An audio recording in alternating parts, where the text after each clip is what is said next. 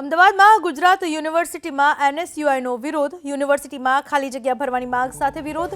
યુનિવર્સિટીમાં કાયમી ભરતી કરવાની માંગ સાથે વિરોધ કરવામાં આવ્યો. કુલપતિને રજૂઆત કરવા જતા સમયે ઘર્ષણ પણ સર્જાયું. અમદાવાદમાં ગુજરાત યુનિવર્સિટીમાં એનએસયુઆઈએ વિરોધ કર્યો. યુનિવર્સિટીમાં ખાલી જગ્યા ભરવાની માંગ સાથે વિરોધ કરવામાં આવ્યો. કાયમી ભરતી કરવાની માંગ સાથે યુનિવર્સિટીમાં એનએસયુઆઈએ વિરોધ કર્યો. ગુજરાત યુનિવર્સિટીની અંદર જે જોબ ટ્રેનિંગ લેવામાં આવે છે જે 300થી વધારે છે, એની અંદર એચઓડીઓ વિભાગીય વડાઓના સેટિંગો છે.